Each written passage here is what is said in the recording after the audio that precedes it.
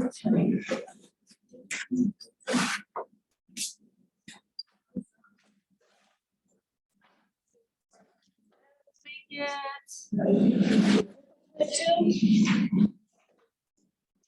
covers all of chapter 8.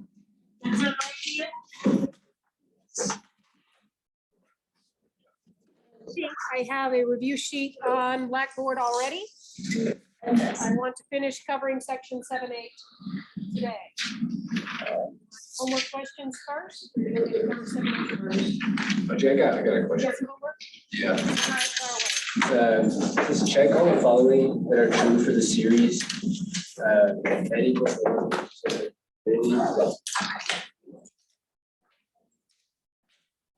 So 8n. 8, 10. Yeah, we're over. Oh no, like 8 to the power. Sorry. 8 to the power.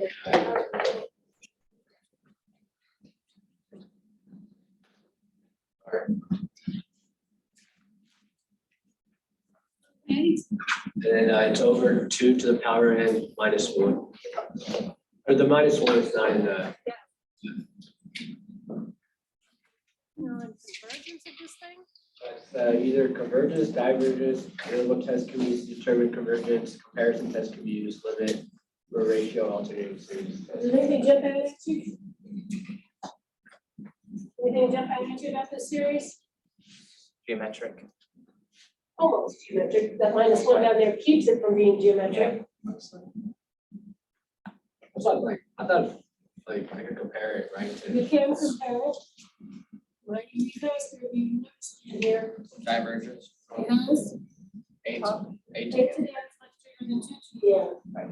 We got a top heavy fraction, so we won't have a limit of 0. Okay, so we don't need to do a convergence test.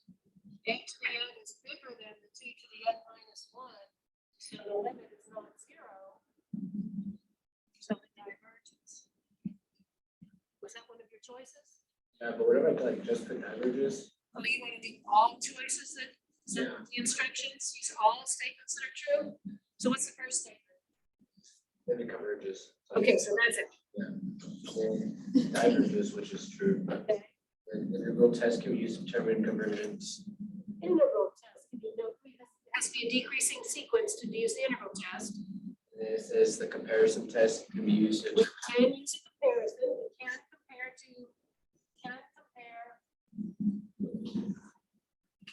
geometric series. Just throw away that 1. 8 to the n over 2 to the n, which simplifies to 4 to the n, which diverges because r is bigger than 1. So that's okay. Limit says it, comparison test says it. The limit comparison test can be used to determine convergence. Limit comparison to tell it does converge, Yeah, to determine if it converges or not. to determine if it converges or not. Yeah, we could use a limit comparison test. We can compare it to that, limit comparison test. If you can do an ordinary comparison test, you can always do a limit comparison test. This is the ratio test. Can be The used. ratio test probably will work. The alternating series test. It's not an alternating series though. So you can use all of those. I just forgot to put the ratio test one. Thank you. Yes, ma'am. It's in the same like Okay. question as that one. It's from 1 to infinity. And then the top is in parentheses n squared minus 3 times cosine, and then in parentheses n times pi over n cubed. Okay. So it's not an alternating series, but it's not a positive term series either, because sometimes, so maybe it is alternating, it's an integer. Cosine of pi is -1, cosine of 2 pi is 1. So this does make it walk back and forth between 1 and -1. Right? So it does alternate. Okay, so our choices are Same. The same. Convergence, divergence, integral test. does anybody want to take a shot at whether this converges or diverges based upon anything you see? converging because the bottom's bigger. No, the limit will go to 0, but that doesn't necessarily mean it's convergent.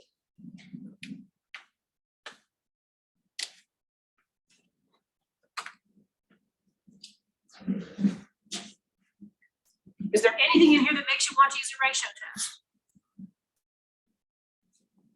So let's eliminate that choice right off the bat. We don't have factorials, powers of n, or products that look like they cancel. So ratio test is out. And it doesn't look geometric, right?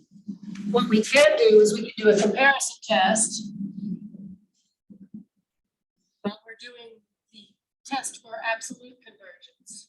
We're going to compare n cubed minus 3 cosine of n pi over n cubed.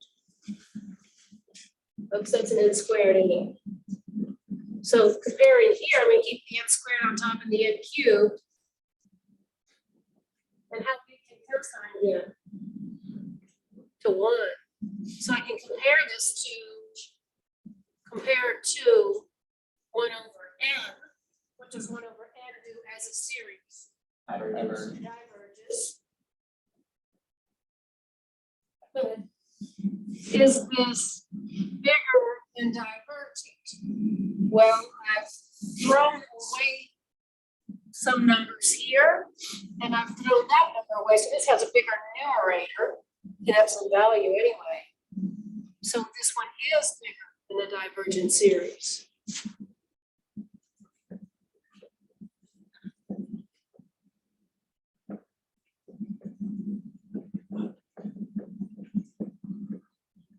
So it's not absolutely convergent. Is that one of your choices? No, I can't use this test without the absolute value bars because it's not a positive term series. But like I said, having this pi here does make the cosine of n pi alternate. That's 1, cosine of pi is -1. And this 2, cosine of pi is +1. And this 3, cosine of pi is 3 pi is -1. So as n goes up the integer values, it does alternate. So we can do an alternating series test.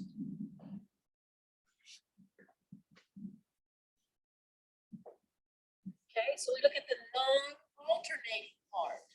This is the part that's alternating. And we look at the limit as n goes to infinity of the non-alternating part. And that is going to be 0. Now we have to see if it's decreasing. So I'm going to take the derivative.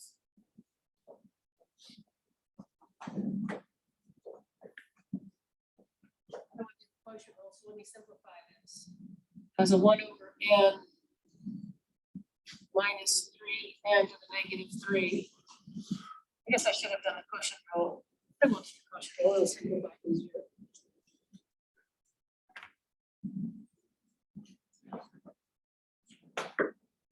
So we got the bottom times the derivative of the top minus the top times the derivative of the bottom all over the bottom squared.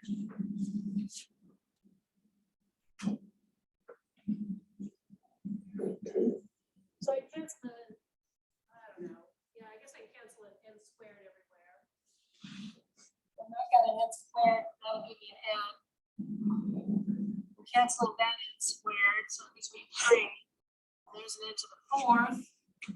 Now let's multiply it out. I have 2n squared minus 3n squared plus 3. So I get a minus n squared plus 3 over n to the 4th. So if this numerator is 0, then n is the square root of 3. So if I pick a number bigger than the square root of 3 and plug it in for n, like for instance 5. -5 squared plus 3 is negative, 5 to the 4th is positive, so it is decreasing. So because it does these two things, it converges by the alternating series test.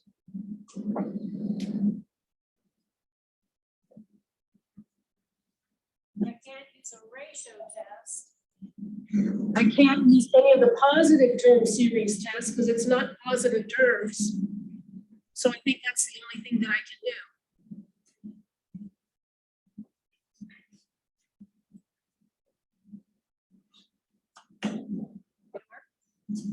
Doggone it, I got one right. Yes, One more. same category here. All right, I think so that the Zoom will show if I do have to close this. There we go. Oh, well. All right, It's 1 to infinity. Natural log of 2n plus 8. oh, inside here? No, 8 plus 8n on the outside. That's over n squared. Okay. So if n is 1 or more, this is a positive term series.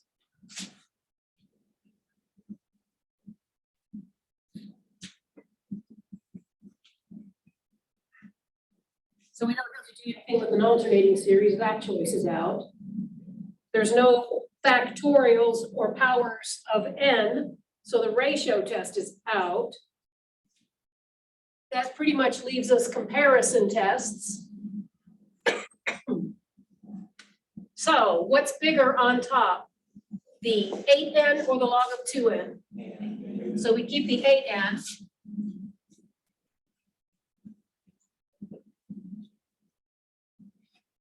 And then we keep the n squared. So this simplifies to this p series. Do you know if that p series converges or diverges? That is a divergent p series. So if I do the direct comparison test, I want to make this claim that that series is bigger than this one. Is it clear that it is? I know that that is bigger than the 8n that's here. And they both have an n squared. So it is bigger than divergent. So I can make the conclusion that it diverges by the direct comparison test. And anytime you use a direct comparison test, you can use a limit comparison test. The limit comparison test would look like this. I would take the limit as n goes to infinity of the given series. And I would divide it by, let me do the simplified, the 8 over n. So that my numerator has as its highest power an 8n squared. N times the natural log of 2n will be smaller in degree. And then an 8n squared. So I should get a positive finite limit, 8n over 8, 8n squared over 8n squared plus lower degree terms. So both do the same, which means they diverge in this case. So I was able to do limit comparison test and direct comparison test. So the next question is, can you integrate this? I can certainly integrate that part. That's easy to integrate. Can you integrate that part? Well, I can. Right, that's an integration by parts problem. So we can prove that this thing diverges by the integral test as well. So with some work, we break it up into two integrals. We can integrate and show that it diverges by the integral test as well. Just think of integrating 8 over n. You get a natural log of n, as n goes to infinity, that goes to infinity. So even if you don't want to do this part, integrating that part says it diverges. What were the other choices? Have I used them all? Yeah. Either comparison test or the integral test.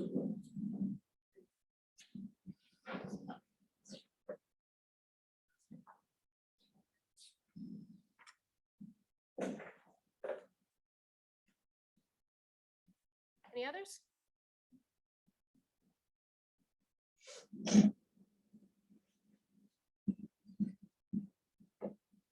Okay, let's continue on with Taylor series. As we ended class last time, I showed you how a Taylor series formula was determined without writing out the formula. So in essence, we are talking about taking a function that has n, maybe even infinite number of continuous derivatives on some interval. This is section 8.8. And that's when we learn how to do.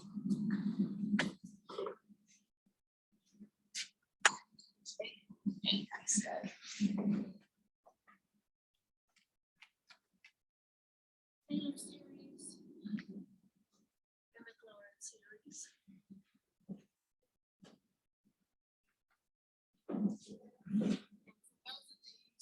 We're talking about let f be a function that has continuous derivatives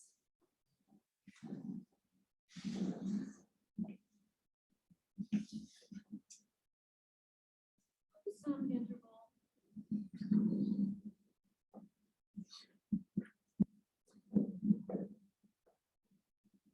containing x is equal to c. I don't know if I used a c or a last time. I think I used a c. But our task was to write f.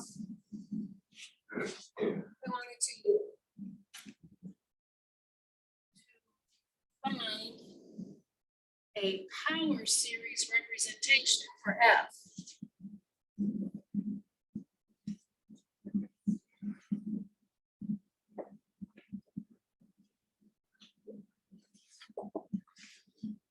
So a power series looks like A0 plus A1 times X, actually it'd be X minus C in this case, plus A2 times X minus C squared, and so forth. We want to find for our function an exact fit of the form like this.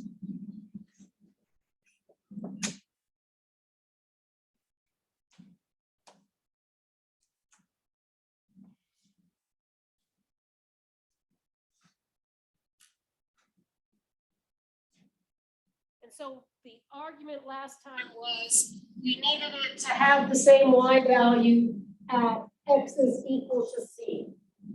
So we found that f of c was the same as a0. So when x is c, all of those are going to be on that first term. Then we wanted to have the same slope of the tangent line at x is equal to c. So when you took the derivative of this, that term would be a 0, this term would be an a1, this term had an x minus c to the first power, subsequent terms had x minus c's to powers. But at x is equal to c, we found that f prime of c was equal to a1.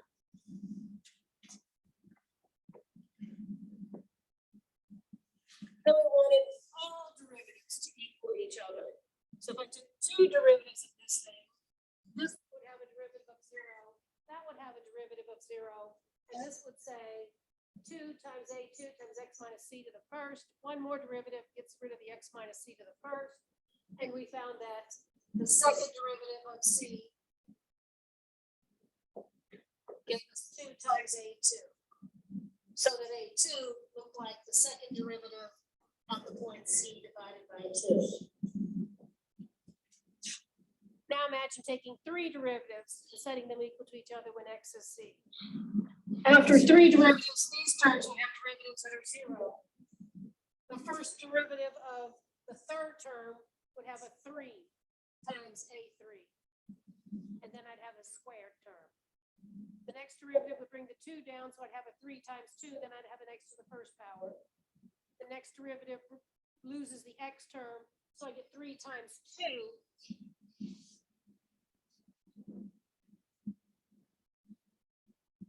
times A3 is at triple prime of C. So we solved for A3 and got that the third derivative at C divided by 6 was A3. And if you think about how these derivatives are obtained, the fourth derivative would only give us a term from the fourth power term. The fifth derivative would only give us a term from the fifth power term. And after taking 5 derivatives, this number here would be the product of whatever that power is and all the integers before it. So the moral of the story is we know exactly how to make this thing. It will look like this. If I substitute those in there now, we get a Taylor polynomial for F. Or Taylor series, doesn't matter. And X is equal to C. It would look like F of X will always be equal to F of C plus F prime at C times X minus C to the first power. Just to emphasize that the power. We'll put a 1 here and a 1 factorial here. These boards just do not work. These very same markers wrote beautifully by Heather Cloud.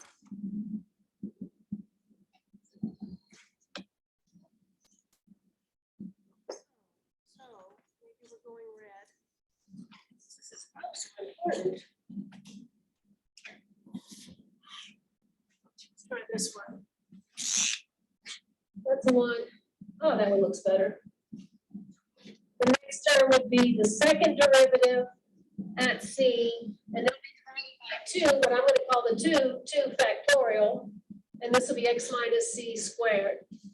The third coefficient will be the third derivative of F evaluated at C times X minus C cubed over 3 factorial, and so on. So that if I wrote this in summation notation, it would look like the sum from n is equal to 0 to infinity of the nth derivative of F evaluated at C divided by n factorial times X minus C to the n. Where if n is 0, the 0 order derivative is just going to be F. 0 factorial is defined as 1. And of course, X minus C to the 0 is 1. So it does give you this. If n is 1, the first derivative over 1 factorial, X minus C to the 1, and so on. So it's easy, schmeezy to make. You just put this, it's easy to remember. Whatever the power is here is the order of the derivative, is the factorial that goes there. So think of a function that you know how to take a bunch of derivatives of. E to the X. E to the X. Let's take 6 derivatives of E to the X. What are all 6 derivatives? E to the X, E to the X, E to the X. Right. So let's write the Taylor series for F of X is equal to E to the X. And I want to do it centered at X is 0 because E to the 0 is easy to figure out. So here's the Taylor polynomial.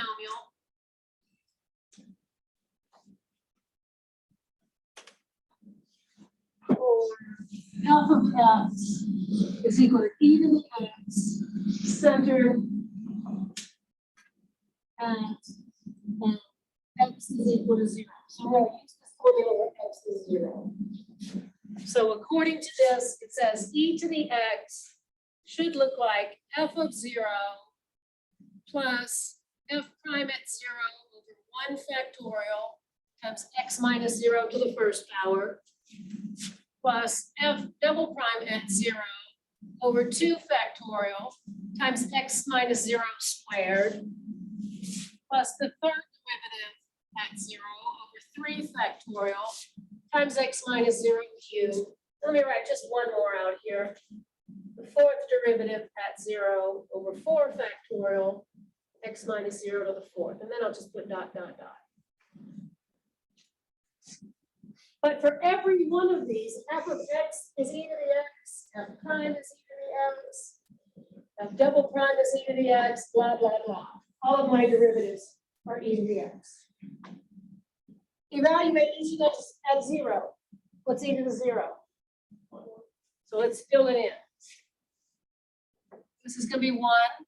That's gonna be 1, so that's just gonna be x over 1 factorial. Second derivative at 0 is gonna be 1.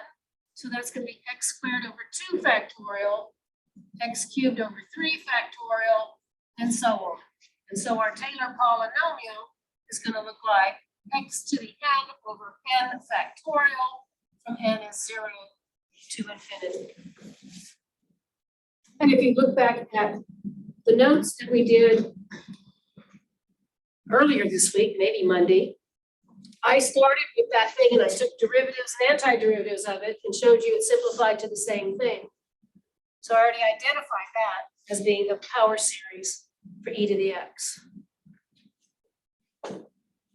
Now, that's a Taylor series centered at x is 0. For some goofy reason, when a Taylor series is centered at x is 0, it's called an Maclaurin series. That's the math. They do it for every particular variable and they stick their name on it. We don't want to do that. We give credit to Taylor. The Maclaurin. So when x is the square root of 7, it's a Schovanec series. Which number do you want? Centered at, give me a number. I'll say 3. Any power series centered at, you want your first name or your last name? You want a first name of Colton series? Everybody gets their own series, because that's the way this guy rolls. So technically, this is a Maclaurin series. Okay, so C is 0.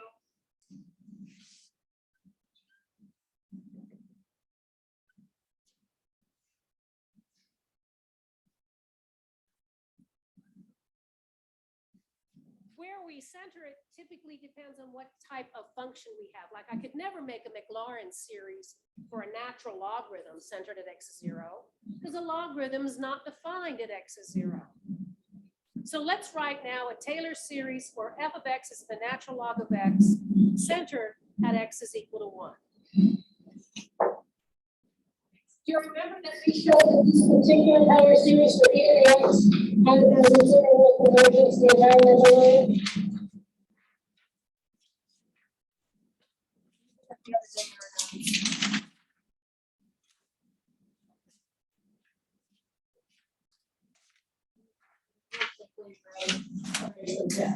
So let's do the same thing. Let's find a Taylor polynomial where f of x is equal to the natural log of x centered at x is equal to 1.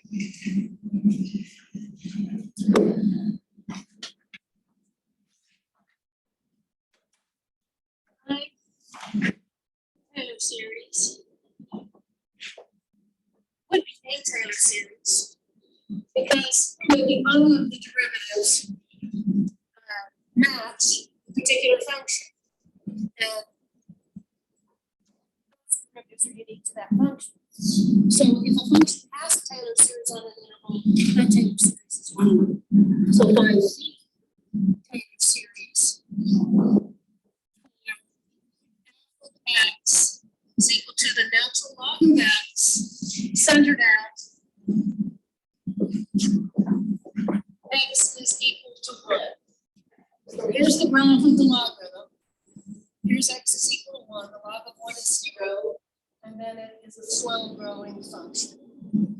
So not only do I want to find the Taylor series, I want to find its interval of convergence when I do find it. So we follow the recipe. We're going to take lots of derivatives of that. At the number 1 when x is c. So c here is 1. And then fill in the recipe. So let's start with, just make it in columns for it. Let's just start taking derivatives. I got the first one. Now it's your turn. What's the second derivative in simplified form? 1 over x squared. Gotcha. Anybody want the third one?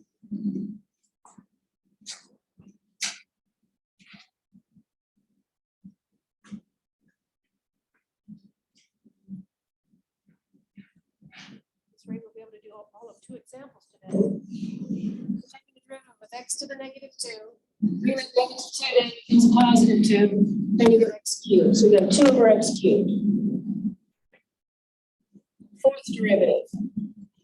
So I take that x to the -3 times the 2, that's gonna give me a -6. And then I'll have x to the -4, so you go x to the 4th. The next one. 4 over x to the 5th. 24 over x to the 5th, I got room for one more.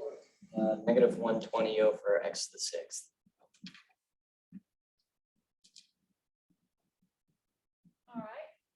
Now we have to evaluate each of those at 1. 1 over 1 is 1. 1 over 1 squared is a -1.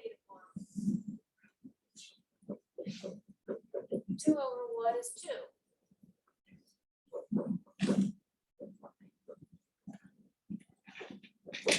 And 6 over 1 is -6. Fifth derivative at 1 is 24. Sixth derivative at 1 is -1. How do you know how many like derivatives to take? I just did it till I ran out of board room. We're going to try to write a general formula, so you need to sometimes take it up derivatives so you can see the pattern. So at the beginning here, I'll do a bunch of them. All right, so next we follow the recipe. Instead of writing right here, I'm going to write out the first 6 terms. So this over here is the natural log of x. Then we want f of 1. Well, f of 1, whoops, I never did it. F of 1 is 0. So no wonder I didn't do it. I have a 0 right here. The next one, f prime at 1 divided by 1 factorial. F prime at 1 was 1. Then I have x minus c, c is 1, to the first power. So that took care of this term. Now we're here. F double prime at 1 is a -1 over 2 factorial x minus 1 squared. Double prime was -1 over 2 factorial x minus 1 squared.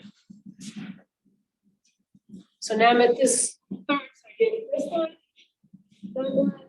that one, but here.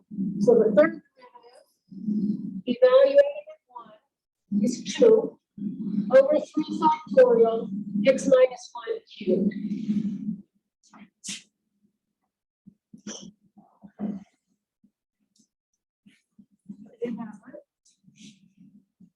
Now I got the fourth derivative. So the fourth derivative at 1 is a -6. It's the fourth derivative, I got 4 factorial over here. And then x minus 1 to the 4th. Whatever the factorial is going to be the power on the x minus 1. So that took care of that one.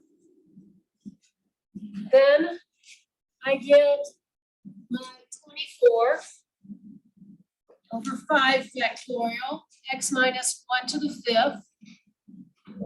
That one. Now I'm at the -120. It's power of 6, so it's got a 6 factorial here.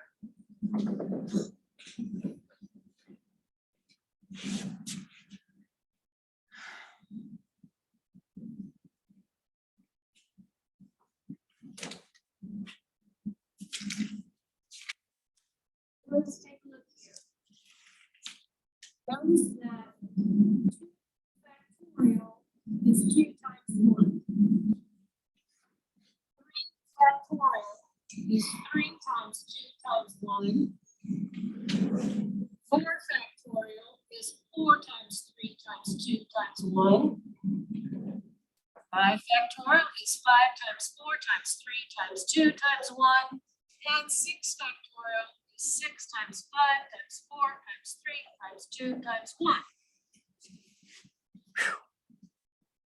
The reason I wrote those out is I'm gonna be able to cancel. In this term, for instance, I have, here we go. One is one factorial. So I can, that's just one. But I'm looking now at -1/2 factorial. 2 factorial is just 2. So this becomes -1/2. Now I have 2/3 factorial. I got a 2 on top of this. That's going to cancel these and just leave me a 3. The next term, 4 factorial. 4 factorial has this in it, but look at what the last 3 multiply to. That's going to cancel with 6. And then 5 factorial is underneath the 24. Wait, multiply 4 times 3 times 2 times 1. 24. That cancels that. So I'm just going to have a 5. That cancels with that, leaves me 5. Guess what 5 times 4 times 3 times 2 times 1 is? 120. So that cancels, leaves us just 6 here. So this cancels that.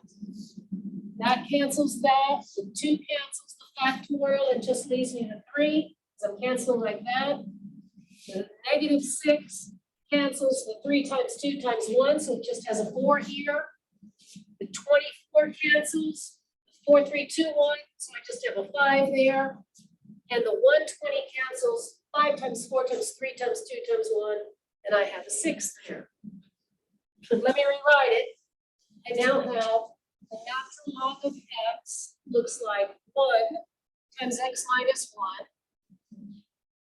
minus 1/2 times x minus 1 squared plus 1/3 times x minus 1 cubed minus 1/4 times x minus 1 to the 4th plus 1/5 times x minus 1 to the 5th minus 1/6 times x minus 1 to the 6th, and so on. A little bit of overkill. Can anybody take that and write me a general formula for the nth term? What would the nth term look like? 1/n, X minus 1 to that. x minus 1 to the n.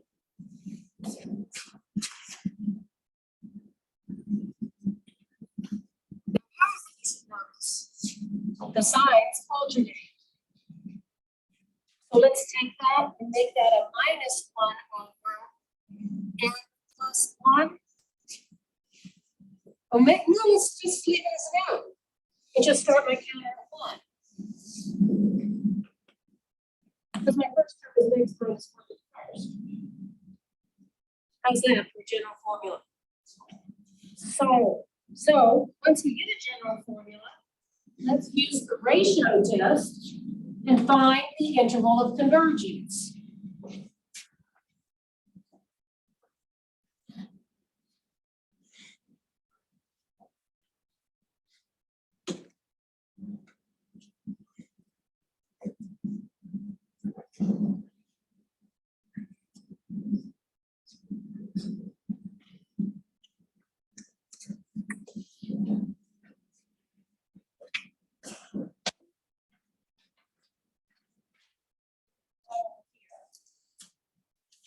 At the interval of convergence, we do the general ratio test. We take the limit as n goes to infinity of the absolute value of the n plus first term or the nth term. We force it to be smaller than 1 and we solve for x. So in our particular example, we're taking the limit as n goes to infinity. You still agree that putting that in absolute value of r's makes that disappear? So I'm not going to worry about that term. I'm going to have an x minus 1 to the n plus 1 divided by n plus 1.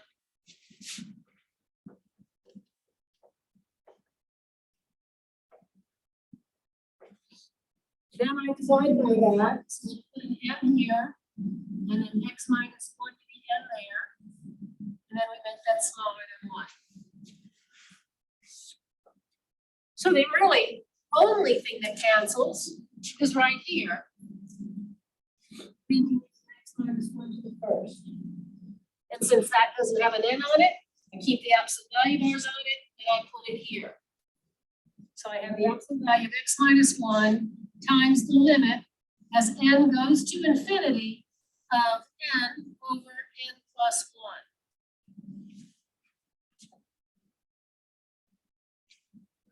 What is that limit?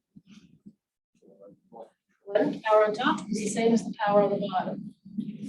So that says an interval of length 1 surrounds the x minus 1.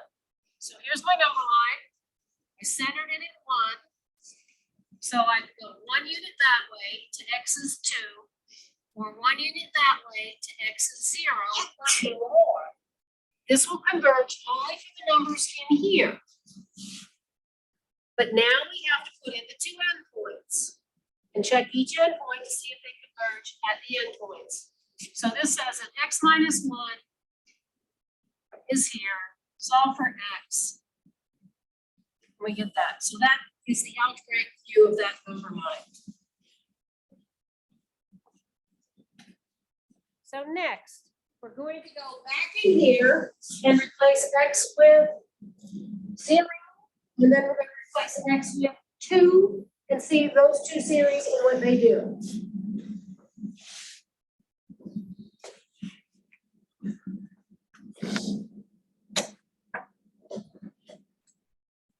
What do you bet it doesn't converge when x is 0?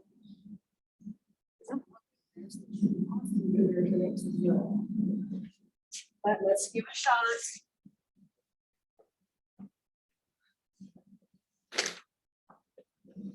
So we're looking here. Then we're going to check x is equal to 0 in our general formula.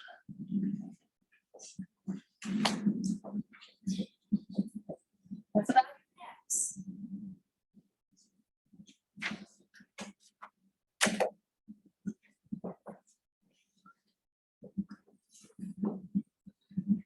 So this stays minus 1 to the n over n. Put a 0 in here, and that's another minus 1 to the n. You multiply like bases by adding exponents. So that gives you minus 1 to the 2n.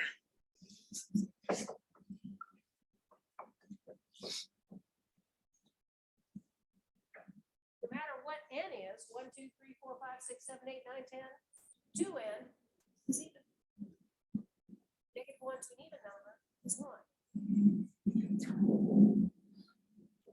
Do you know what that series does? That diverges. So we do keep that endpoint open. Okay, got an open endpoint here. That makes sense. Let's look at x is equal to 2.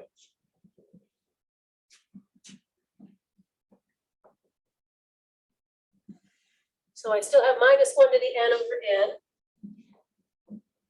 And here I have 2 minus 1 to the n. 2 minus 1 is 1, 1 to the n is always 1. So that's the same thing as just checking this series.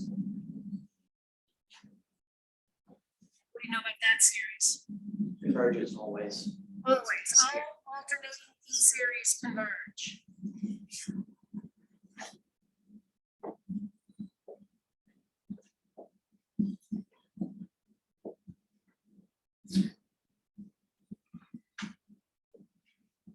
And so that endpoint is closed. And that gives us this. Here's what we have so far. We have that e to the x looks like the sum from n is equal to 0, right? To infinity, x to the n over n factorial. Now this one's easy to remember. The natural log of x is the sum from n is equal to 1 to infinity of x minus 1 to the n over n. But then it's got an alternating part that I left off. It has a negative 1 to the n.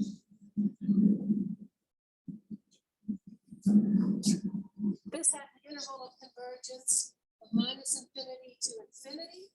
This has an interval of convergence of 0 to 2.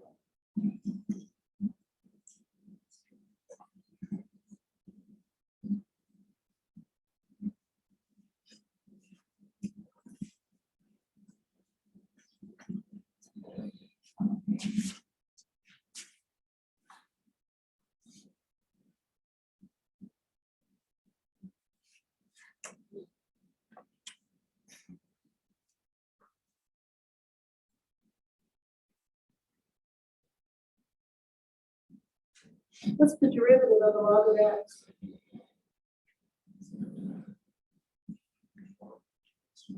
The log of x is 1 over x. That was a surprise to me, wasn't it? So I can quickly get the power series for 1 over x in the interval from 0 to 2. So let's do that. It's the derivative of the log of x.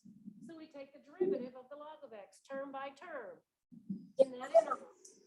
Take the derivative of this term by term. What's the derivative of that?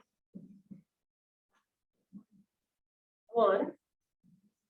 The derivative here brings the 2 down, giving me a -1 times x minus 1 to the first.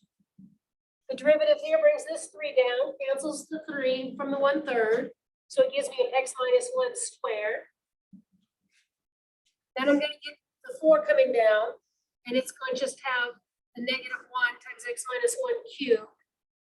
Right? So all of these denominators are going to cancel with the derivatives. So 1 over x should look like, we'll take the derivative of that. Let me just take the derivative here.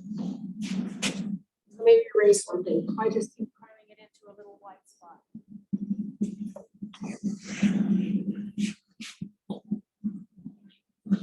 So the derivative with respect to x of the natural log of x is the derivative with respect to x of all of the terms in my series.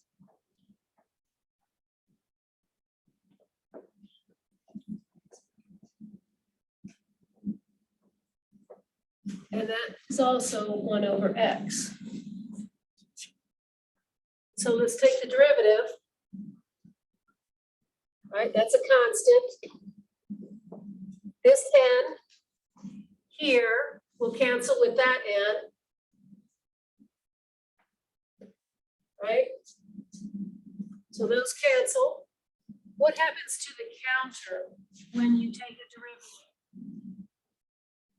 Increases by 1. Increases by 1. So this goes from n is equal to 2 to infinity of -1 to the n, x minus 1 to the n minus 1, from n is 2 to infinity. But, if I want to bring this down, then that goes up. That goes up. So if I bring this down, so n is 2, that becomes a 1. But if I want n to be 1, then that becomes just an n. And that has to go up or down, no matter which way. So that my first term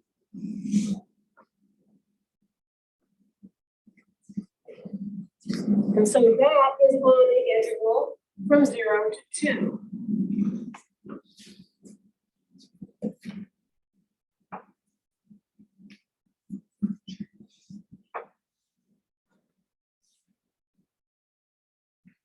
Let's just define those ones. Let's find the Maclaurin series for the sign of x. And see if we can find the interval of convergence for the sign of x, Maclaurin series.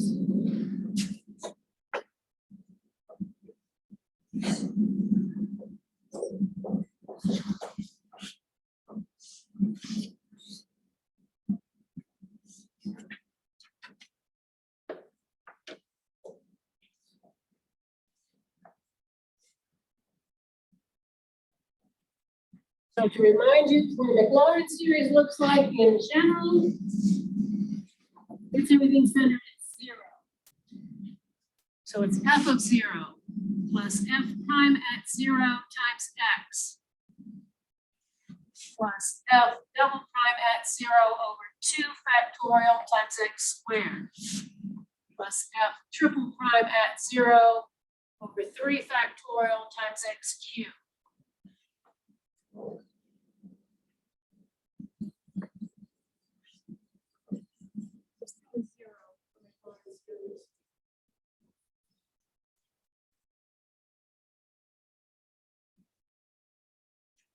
So let's take a handful of derivatives of the sine of x, and then evaluate them at 0.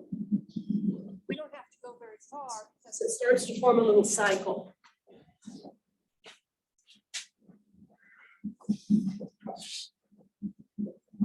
What's the derivative of the sine of x? Cosine. And what's the derivative of the cosine of x? And so the third derivative would be negative cosine. And then the fourth derivative takes me back to the top of the line.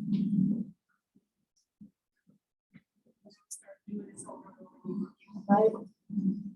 So it's going to keep the same values. 1, 2, 3, 4 does it again. 1, 2, 3, 4 does it again. But then look, what's the sine of 0? 0. And what about the cosine of 0? 1. And so every even derivative is going to have a value of 0. Every odd derivative will either be 1 or negative 1.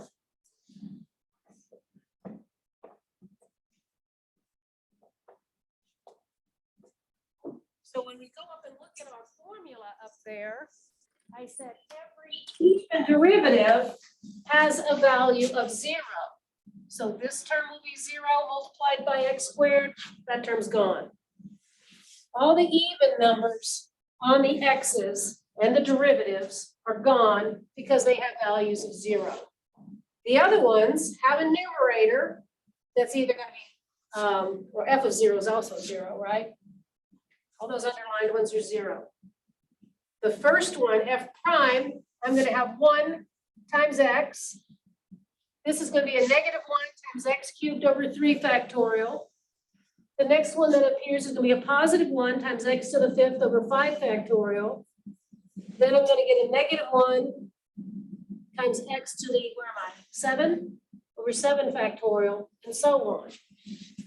So we have that the sine of x will look like 1 times x over 1 factorial. X squared is gone. The x cubed is going to have a negative 1. And then it'll have a 3 factorial. X to the 4th is gone. The x to the 5th will then be plus, because it cycles back to here. Over 5 factorial minus x to the 7 over 7 factorial. Have you ever heard the sign called an odd function? An odd function is one that's symmetric to the origin. And the sign is such guy. So it sure get an odd polynomial. Let's see if we can write a general formula for this in terms of n, and that determines the integral of convergence. So I need an alternating part. So let's put a minus 1 to the n, and we'll worry about whether we make that n plus 1 or something later. Then I need to put odd powers and odd factorials that match those odd powers. So I'm going to represent my exponent as being an odd number. 2n minus 1. 2n is always even. So right next to the even numbers lives an odd number. So 2n minus 1 will work. So I would put x to the 2n minus 1 here and the same factorial down here. Now I want the first one to be positive. So maybe I should go ahead and make this minus 1. And let's see what happens if n is equal to 1 everywhere. If n is 1 here, I get negative 1 to the 0. That's good. That's a positive 1. If it is 1 here, we get next to the first power. That works. And a 1 factorial. So it looks like we got it scaled in the right way. Like that? Let's do the ratio test then. Find out what the interval of convergence is.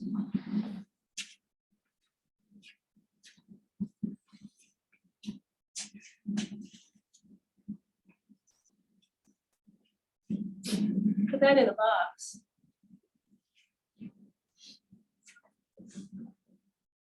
Some of these you just need to know. And that's one that you just need to know. So we're going to do the ratio test to get the interval of convergence.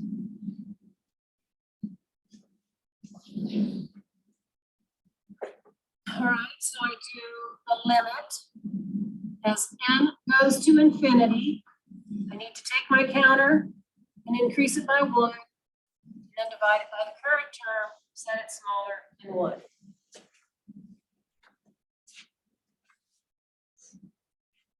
So everywhere you see an n here, we're going to put an n plus 1. And that will look like the limit as n goes to infinity. The alternating part didn't matter because we got this on it.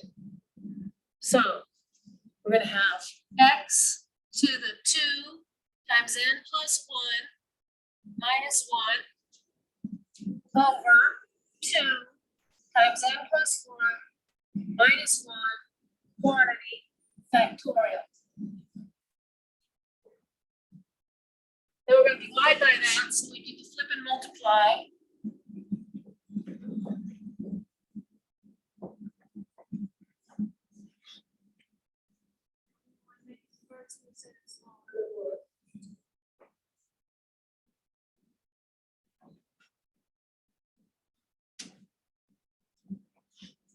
Let's do your 2 times n plus 1 can become 2n plus 2. And then tap that one. So this exponent simplifies to 2n plus 1. And this simplifies to 2n plus 1 factorial. And so I'm going to write x to the 2n plus 1 as x to the 2n times x to the 1.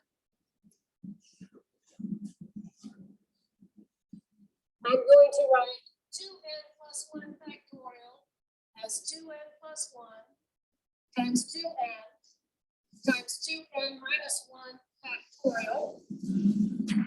So that you can see how it's going to cancel here.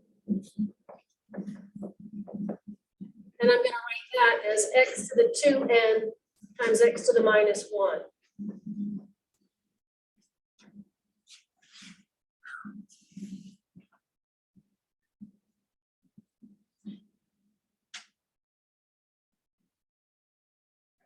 Cancel away.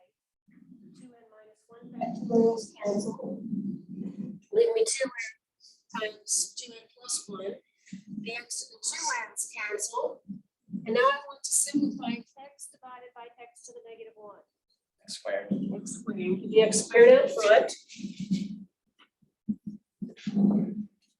That's the back was redundant though. X squared is positive.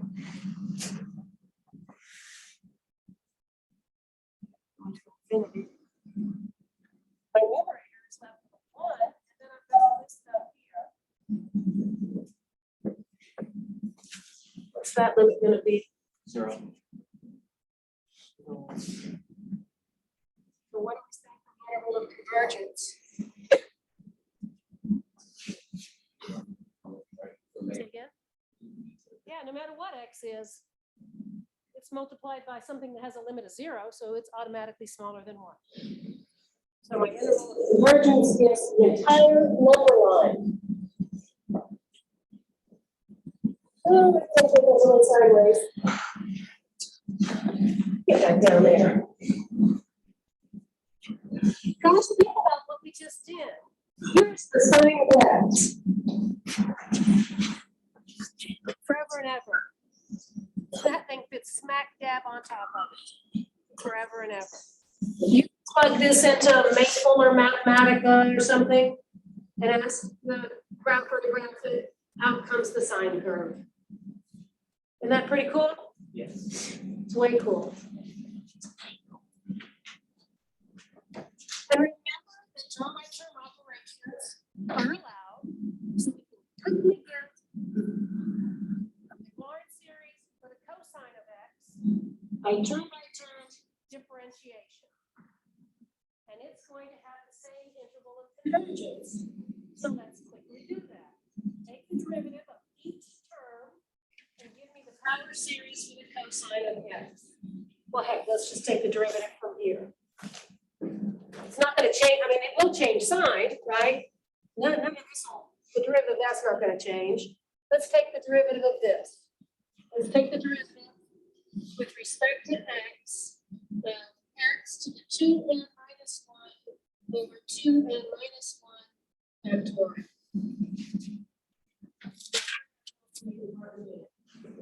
Well, bring that thing in with respect to x. Sorry. Nope, I am taking it with respect to x.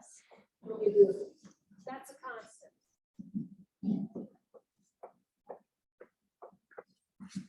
Bring the power down, raise this to 1 power less.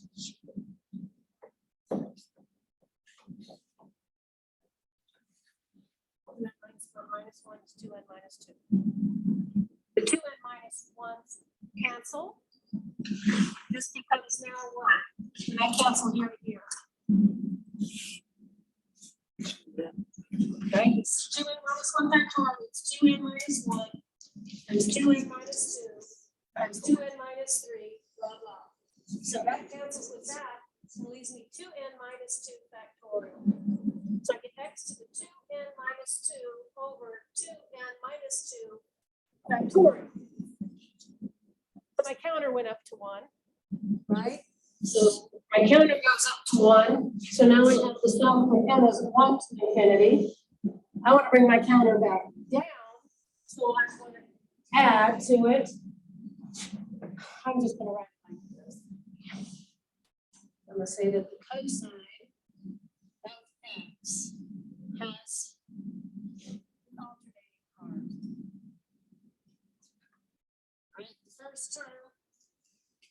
If I take the derivative here, the first term is 1.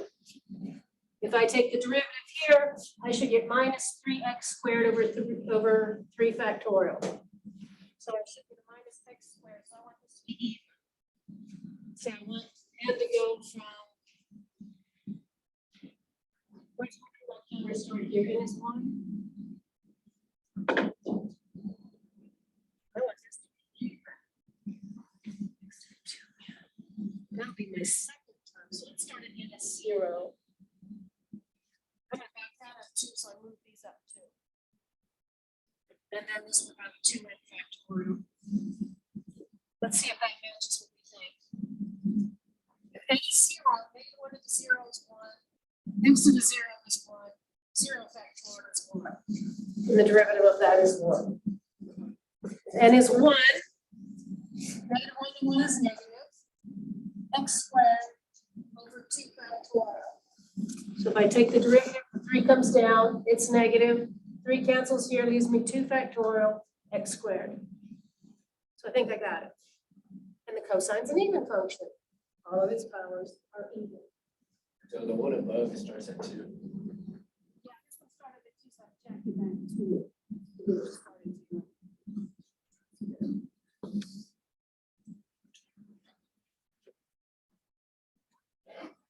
Wanted a power series for the tangent of x. Can I take the power series for the sine of x and divide it by the power series for the cosine of x?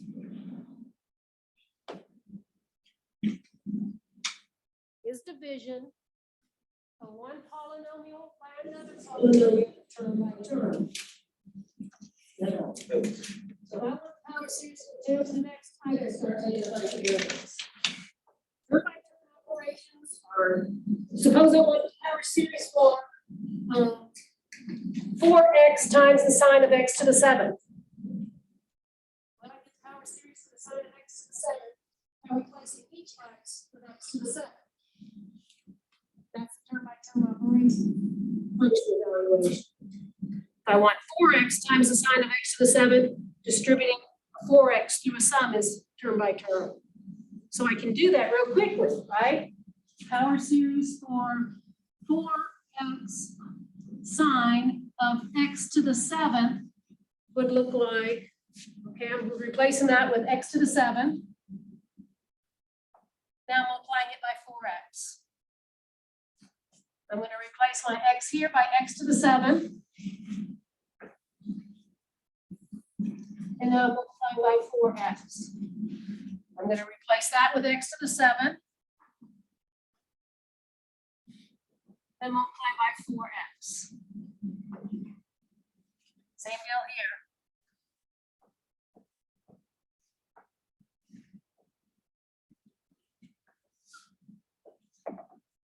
Okay.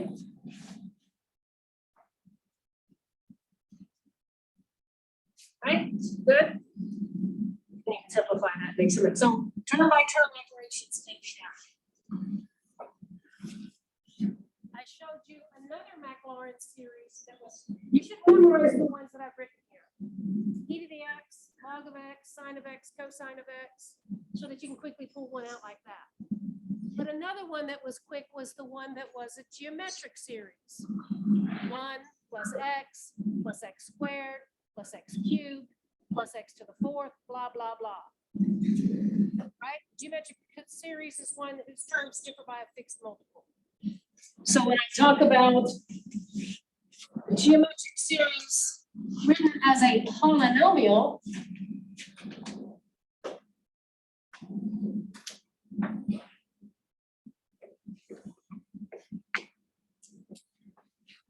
this is a geometric series where R is x.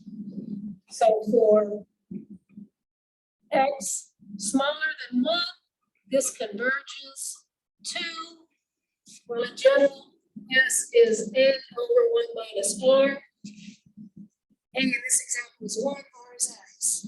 So this converges to n over 1 minus x. So without taking any derivatives, I've gotten a Taylor series for this expression.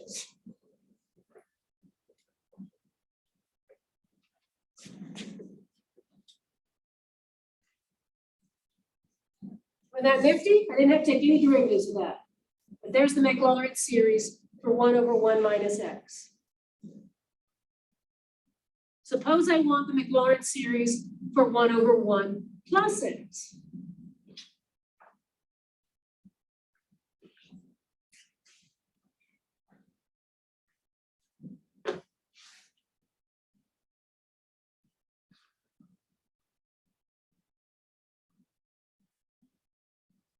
I don't want to take n derivatives of that. Evaluated x is 0. Good Lord, after a while I'd be taking. It's easier to do term by term substitution. What do I need to substitute in here to make that look like that? What goes right here under my finger? My 2 little black fingers to make that look like 1 plus x.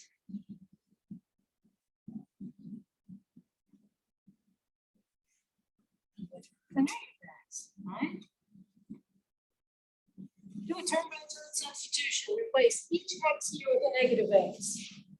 So it's 1 plus negative x plus negative x squared plus negative x cubed plus negative x to the 4th, blah, blah, blah, blah, blah. So if I simplify that, 1 over 1 plus x looks like 1 minus x. Negative x squared is just x squared. And then minus x cubed plus x to the 4th, blah, blah, blah. I'm building now, I'm building. I'm building excitement. That's what I want is the Maclaurin series. And what does this converge for? This converges for all x between -1 and 1, strictly. So this converges for all minus x's in there, but that's the same interval as saying that. Now I'm going to replace each x here with x squared. So I want the Maclaurin series for 1/1 plus x squared.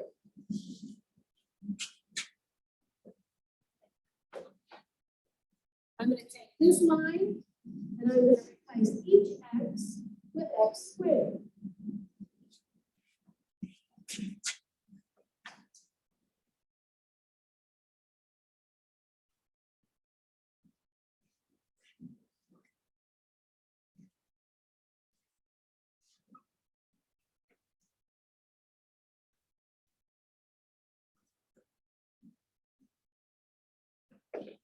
So far, so good? Simplify that. I'm gonna get 1 minus x squared plus x to the 4th minus x to the 6th plus x to the 8th minus x to the 10th plus blah, blah, blah, blah, blah.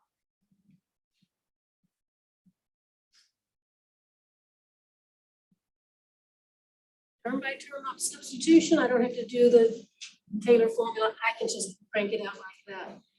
Because now I want you to tell me the Maclaurin series on the interval where the absolute value of x is smaller than 1 for the inverse tangent of x.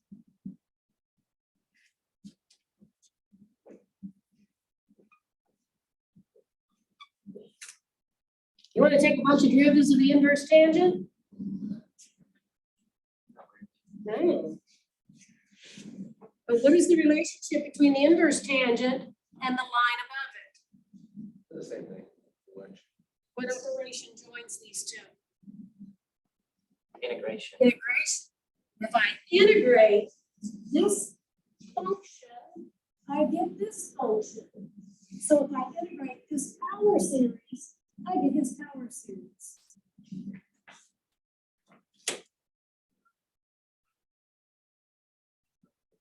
So let's integrate term by term.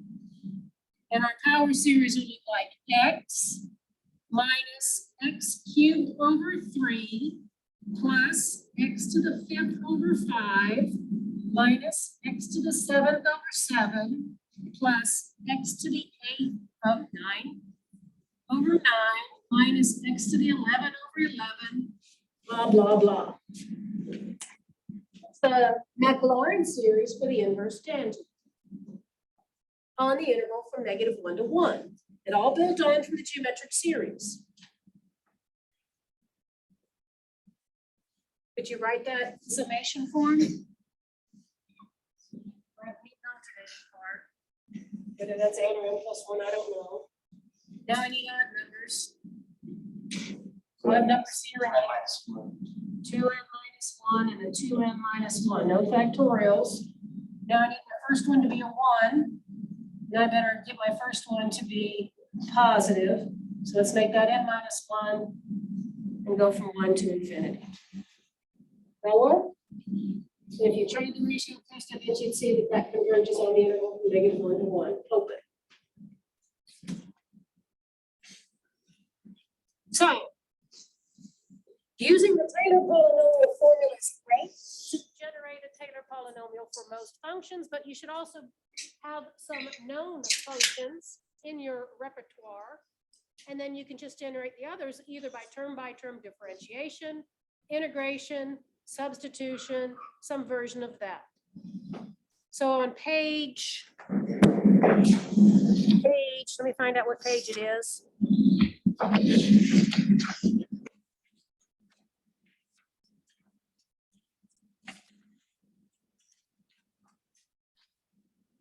Page 660. The ones that I have written up here, they write them in general for e to the u. You should know the sine of u and the cosine of u. The geometric series, 1 over 1 minus u. And then the inverse tangent of u. I guess you don't have to know that one if you can remember doing all of this. But some that you should memorize for sure. E, sine, cosine, and the geometric. And then you can get the other ones from there. On page 660 of your text, there's some good ones to know.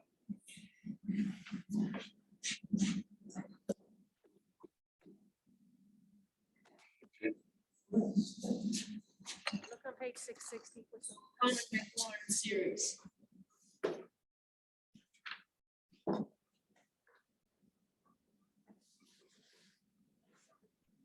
Otherwise, just generate them with a general formula for the Taylor series.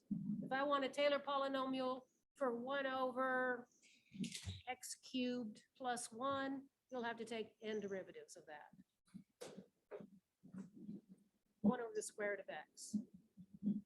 Write a Taylor polynomial centered at x is 1 or something. Good?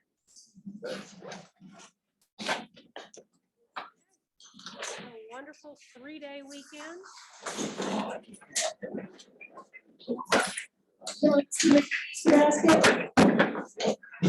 Yes, she does. Come and tell me. You can bring me over that jelly beans. I know you don't like that.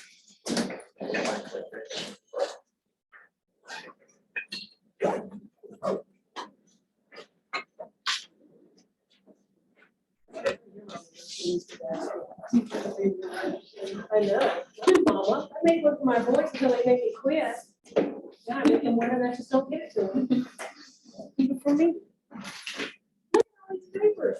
I did provide you. Oh, I'm good. We got nothing else to do over a 3-day weekend but grade papers. I thought I did it, I was gonna check one more.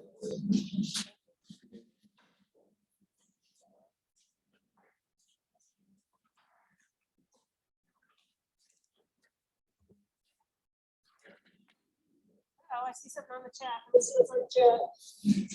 We did like, oh, thank you, Case. Thanks to you too. Really good. Thanks.